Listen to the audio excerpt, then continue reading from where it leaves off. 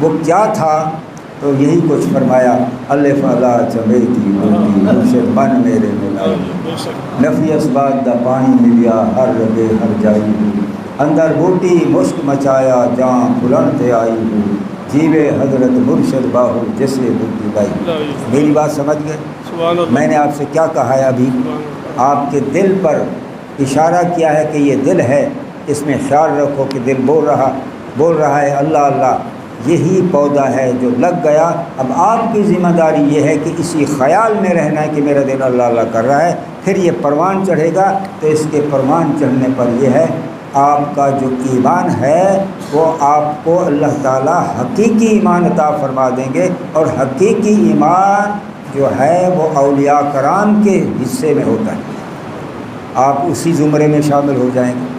باقی جو مسئلہ سنا شریعت پاک کا اس پہ عمل کریں، درود اسلام کثرت سے پڑھا کریں، میرے ساتھ پڑھیے پھر یاد ہو جائے گا۔ صلاۃ اللہ سلام اللہ علیہ یا رسول اللہ وعلی آلہ و صحبہ یا سید یا سید۔ تو عزیز و دوستو، اب آپ سے یہ کوئی مطالبہ تو نہیں کیا کہ بھئی آپ اس کے بدلے میں مجھے کوئی چیز دو، یہ نہیں۔ آپ کو یہ بھی تو نہیں کہا کہ آپ میرے مرید ہو جاؤ، یہ بھی نہیں کہا۔ کس لیے؟ اس لیے کہ نبی کریم علیہ الصلوۃ والسلام کا یہ دیا ہوا تحفہ ہے جو باتیں آپ سن رہے ہیں، تو یہ ساری امت کے لیے ہے۔ ہمیں حکم یہ ہے کہ یہ آپ کے پاس ان لوگوں کی امانت ہے، ان کو سپرد کرو۔ اگر اس سے فائدہ اٹھا لیا تو یہ بھی اللہ کے ولی ہوں گے، نہیں اٹھائے تو اپنی قسمت کو کہیں۔ اور بالکل صاف اور ستھرے انداز میں میں آپ سے بات کر رہا ہوں، انہیں عام نہ سمجھیں، یہ خاص باتیں میں کر رہا ہوں۔ جیسا کہ ہمارے علاقے کے بزرگ حضرت خواجہ غلام فرید صاحب رحمۃ اللہ تعالیٰ علیہ فرماتے ہیں، جب کبھی واز کرتے کرتے تھک جاتے تو فرمایا لوگوں میری باتوں کو سنو، میری باتوں کو سنو، میری باتوں کو سنو، ان کو پلے میں ڈالو۔ تو فرماتے ہیں کہ دل نال فرید دا واز سنو، دل نال فرید دا واز سنو، 100 بات دی ہے ایک بات عجب۔ سبحان اللہ۔ 100 باتیں ملا لو، اس سے بھی بڑھ کر اس کا مقام ہے۔ جو کچھ آپ سن رہے ہیں اس پہ عمل کریں گے عزیز و دوستو، دنیا کی زندگی تو گزر ہی جائے گی، دوست پہ کملی ہو یا سال گزر جائے گی، زندگی پل ہو یا 100 سال گزر جائے گی، تم امیروں کی جو خوشحال گزر جائے گی، ہم فقیروں کی بھی ہر حال گزر جائے گی۔ زندگی تو گزر جانے کا نام ہے، لیکن جس مقصد کے لیے دنیا کے اندر آئے تھے وہ پورا نہ ہوا تو بات نہ بنے۔ عزیز دوستو، مقصد یہی تھا کہ ہم اللہ تعالیٰ کی محبت لے کے جاتے، نبی کریم علیہ الصلوۃ والسلام کی اطاعت و محبت لے کے جاتے، اللہ تعالیٰ کی رضا لے کے جاتے، مخلوق خدا کو راضی کر کے جاتے۔ یہ تھا ہماری زندگی۔ سارے قرآن کو پڑھ لو، احادیث کو پڑھ لو، اس کا نچوڑ کیا ہے؟ اللہ تعالیٰ کی عبادت، لیکن خلوص دل سے، نبی کریم علیہ الصلوۃ والسلام کی اطاعت و محبت لیکن خلوص دل سے۔ اور تیسرا، مخلوق خدا کی خدمت، وہ بھی خلوص نیت کے ساتھ، اور ان تک حضور علیہ الصلوۃ والسلام کا پیغام پہنچانا، وہ بھی خلوص کے ساتھ۔ پھر آپ نے آپ یہ سمجھیں ہماری زندگی کا مقصد پورا ہو گیا۔ داڑھی شریعت پاک کے مطابق تھوڑی سی نیچے ایک انگلی، ایسے آدھی انگلی بھی کم ہو، چھوٹی سنت چاہے بڑی سنت، اسے چھوٹا نہیں سمجھنا چاہیے۔ اب آپ نماز پڑھیں، وضو کریں تو وضو مسواک کے ساتھ اگر کریں تو جب آپ نماز پڑھیں گے ایک نماز کا ثواب 70 نماز کے برابر کا ہوگا۔ ہے تو چھوٹی سی لکڑی۔ اب آپ نے ٹوپی پہن لی، اس کے اوپر پگڑی پہن لی، آپ نے نماز پڑھی تو 70 نماز کا ثواب۔ اب آپ نے پڑھی ایک نماز ہے لیکن آپ کو 141 نمازوں کا ثواب ہو گیا۔ عزیز و دوستو، ابھی بھی میں کہہ ہٹا ہوں اس محفل سے پہلے کہ کعبۃ اللہ شریف میں تھے، انڈیا کا ایک عالم دین حافظ قرآن قاری، تو جا کے بیٹھے تو وہ بھی اتفاق سے آ کے بیٹھ گئے، لیکن انہوں نے ٹوپی کے ساتھ نماز پڑھی۔ اس فقیر نے اسے کہا حضرت جی اگر آپ پگڑی پہن لیں تو کیا ہی اچھا ہو، تو فٹ سے کہتے ہیں کیا نماز نہیں ہوتی؟ میں نے کہا نہیں، میں نے یہ تو نہیں کہا کہ نماز نہیں ہوتی، لیکن فضیلت کو تو ذرا دیکھیے اب ہیں کہاں۔ کعبۃ اللہ شریف کی فضیلت یہ ہے کہ آپ ایک نماز پڑھو تو آپ کو 1,00,000 نماز کا ثواب ہوگا، اگر ٹوپی اور پگڑی کے ساتھ پڑھو گے تو 70 لاکھ کا ثواب ہوگا۔ ایک کا 70 جو ہو گیا، ایک کا 70 جو ہوا تو کہتا واہ جی واہ، یہ تو بھولی ہوئی بات آپ نے یاد دلا دی۔ دوسرے دن الٹی سیدھی پگڑی پہن کے آ گئے، 12 دن ہم ایک ساتھ رہے، 12 دن بعد بڑی بہترین پگڑی باندھ لیتا تھا۔ اب بھی آج تک بھی ہمارے ساتھ اس کا رابطہ ہے، اور اتنا یعنی وہ ایک قسم کی اس کی اتنی زرخیز مٹی تھی، یہ جو باتیں آپ سے کی ہیں اس میں فوراً ہی اخذ کر لیں، اور مجھے کہا کرتے ہیں مجھے تو بڑا فائدہ ہوا، میں ذکر کرتا ہوں میرا دل واقعی اللہ اللہ کرتا ہے، میں سو جاتا ہوں پھر بھی میرا دل جو ہے وہ اللہ اللہ کر رہا ہوں۔ 2-4 دن پہلے بھی اس سے ملاقات ہوئی ہے ٹیلی فون پہ۔ عزیز دوستو، تو ہم احساس سے محرومی کا شکار نہ ہوں، تو وہی پھر عرض کر رہا ہوں کہ کوئی آسمان سے آنے والے لوگ نہیں ہوتے اولیاء کرام، وہ بھی ہم میں سے ہوتے ہیں، بس فرق اتنا ہے اگر آپ ہمارے مشوروں پر عمل کریں گے انشاءاللہ اللہ تعالیٰ آپ کو بھی اللہ کا ولی بنا لے گا۔ اللہ تعالیٰ تو چاہتے ہیں آ جاؤ، صرف ہمارے آنے میں دیر۔ نبی کریم علیہ السلام کی ذات بابرکات فرماتے ہیں اگر کوئی شخص اپنی سرکشیوں سے توبہ کر لیتا ہے، اللہ تعالیٰ کے ہاں اس کا یہ مقام ہے کہ اللہ تعالیٰ آسمان زمین والے آسمان کے فرشتوں کو حکم دیتے ہیں اس آسمان کو سجا دو، اس آسمان کو سجا دو۔ یا اللہ کس لیے؟ فرمائے ایک آدمی نے توبہ کر کے ہماری طرف رجوع کر لیا ہے، اسی خوشی میں آپ اس کو سجا دو۔ اللہ تعالیٰ کو فرمائے مجھے خوشی ہوتی ہے۔ تو عزیز و دوستو، اللہ تعالیٰ کس قدر بندے کو پسند کرتے ہیں آپ کو یاد ہوگا، حضرت یعقوب علی نبینا علیہ السلام اور حضرت یوسف علی نبینا علیہ السلام، 2 باپ بیٹا، یاد ہے نا آپ کو؟ ایک وقت کے لیے اللہ تعالیٰ نے انہیں جدا کر دیا، جب یہ ملے معانقہ کیا اور روتے روتے بے خود ہو گئے، پھر جب اپنے حواس بحال ہوئے تو پھر معانقہ کیا تو بے خود ہو گئے، پھر جب حواس بحال ہوئے تو پھر معانقہ کیا بے خود ہو گئے۔